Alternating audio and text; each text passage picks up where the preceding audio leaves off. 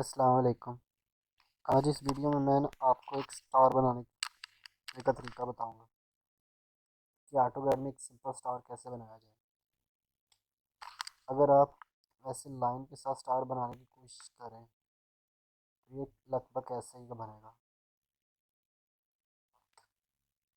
Oh sorry, ऐसे का। अगर ये बिल्कुल डिमेंशन के साथ बनाना हो तो कैसे बनाएं? इसके दो तीन मेथड हो सकते हैं। सबसे पहले आप पॉलीगॉन से बना सकते हैं। 5 एज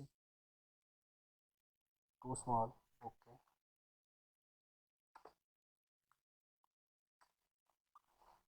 ऑर्थो ऑन कर ली। ओके, अब सबसे पहले इसको ब्रेक कर लेते हैं। ब्रेक की कमांड एक्स एंटर, ये सारी कमांड्स यहाँ पे शो होती हैं। फ्लिट की कमांड लगाते हैं, F enter, R enter, zero enter. ये और ये सारे अजला मिला के आप इसमें सिंपल स्टार बन सकता है।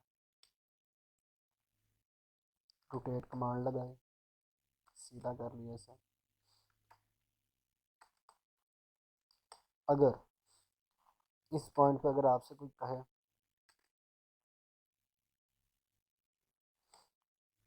कि हमें ये वाला इजला, इसकी लेंथ एग्जैक्ट 50 चाहिए, तो फिर आप क्या करेंगे?